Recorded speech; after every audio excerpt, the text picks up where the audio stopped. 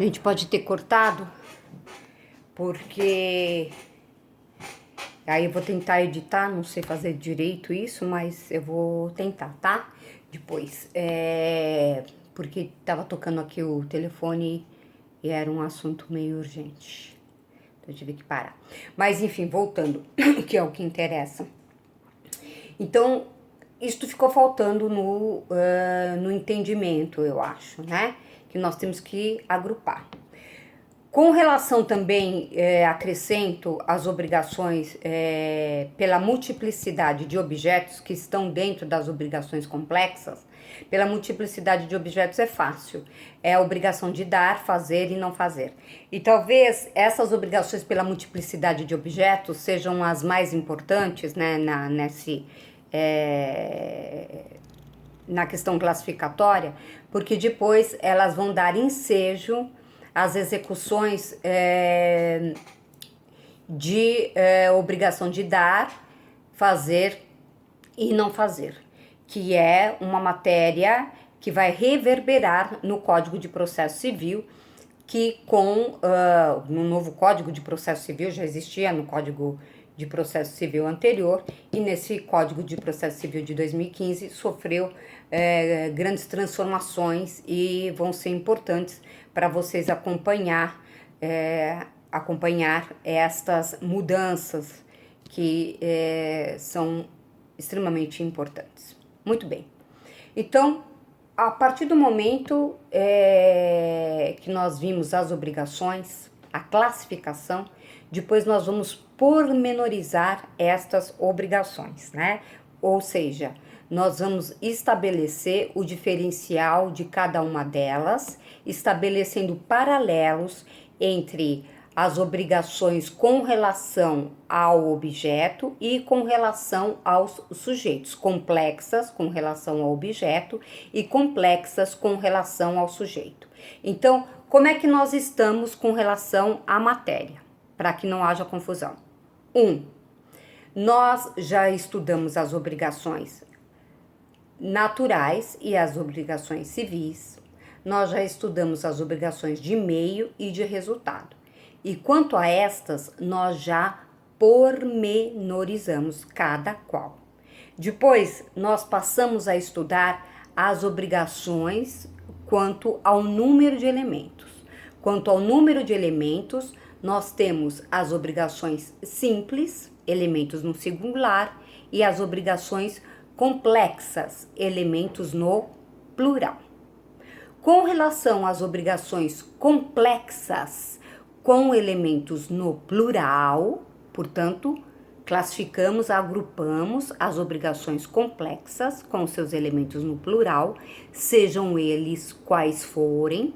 Nós agora subdividimos essas obrigações em obrigações complexas pela multiplicidade de sujeitos ou pela multiplicidade de objetos. Quando nós temos a multiplicidade de objetos, nós estaremos falando em obrigações de dar, fazer e não fazer. Quando nós temos pela multiplicidade de sujeitos, nós poderemos estar falando das obrigações divisíveis e indivisíveis e nós estaremos falando das obrigações solidárias. Muito bem. Com relação a isso, nós terminamos. Ponto. Depois, então, que nós classificarmos mais uma das obrigações, nós vamos pormenorizar estas obrigações, tá? Nós vamos pormenorizar. Primeiro nós vamos buscar a classificação e eu já vou pormenorizando algumas. E com relação às obrigações complexas pela multiplicidade de sujeitos e pela multiplicidade de objetos, nós vamos pormenorizar mais tarde. Por quê? Porque são obrigações que vão requerer, né, uma atenção toda especial e eu quero preparar uma aula, talvez com algum apelo áudio, visual, né, que a gente possa também ter para vocês alguns quadros que eu possa disponibilizar. Tudo bem? Então é isso.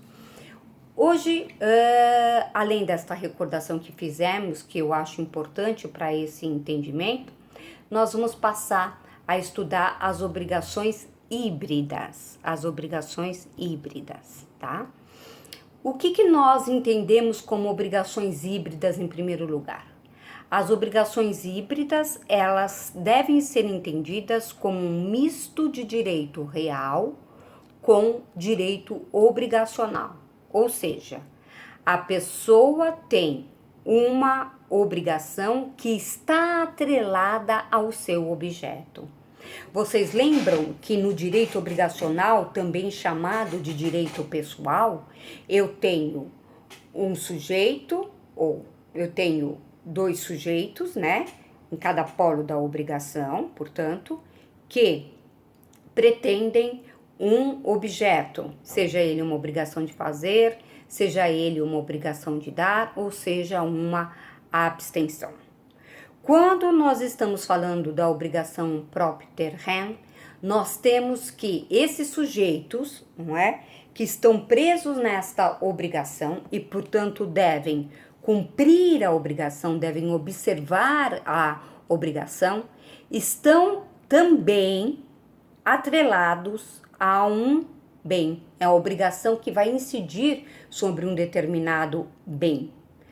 Quando eu falo sobre isso, eu vou exemplificar para vocês com o exemplo do condomínio, com o exemplo do IPTU. São obrigações propter rem, porque são próprias das coisas. O fato de você ser titular de um domínio, o fato de você ser proprietário de um determinado bem, portanto, direito real puro, eu e a minha coisa, eu e o meu objeto, o fato de você ser proprietário de um determinado bem, e aí estabelece uma relação de direito real, não estabelece? Eu e a minha coisa, a coisa submetida à vontade de seu titular, a coisa submetida ao talante do seu titular, a vontade dele, é uma situação absolutamente de direito real. Porém, por eu ser titular de um bem, por eu ser titular do domínio daquele bem, por eu ser proprietário da coisa, ou por eu ser titular de quaisquer outros direitos reais, nasce para mim um direito obrigacional. Qual o direito obrigacional é? A obrigação de pagar o condomínio deste imóvel se ele estiver em se eu habitar o imóvel em condomínio e incorporações. Nasce para mim a obrigatoriedade de pagar IPTU, exceto se este imóvel for isento de IPTU. Veja, portanto, que é uma obrigação que está imantada no bem. Ela recai sobre a coisa. Se houver uma mudança de titularidade, de titular de domínio, não é? Se eu vender este bem, a coisa acompanhará a obrigação, não é? Então, o novo proprietário da coisa ficará obrigado a pagar pelo condomínio, ficará obrigado a pagar pelo IPTU. Isto é um dos exemplos de obrigações híbridas. E qual é o exemplo de obrigação híbrida que eu estou dando? Um modelo de obrigação híbrida, que é a obrigação propter rem. Quando se fala em obrigações híbridas, nós temos 3 modelos de obrigações híbridas, ou seja, obrigações que são misto de direitos reais com direitos obrigacionais, certo? São modelos de obrigações híbridas. As obrigações propter rem, as obrigações com eficácia real, e disse ainda também que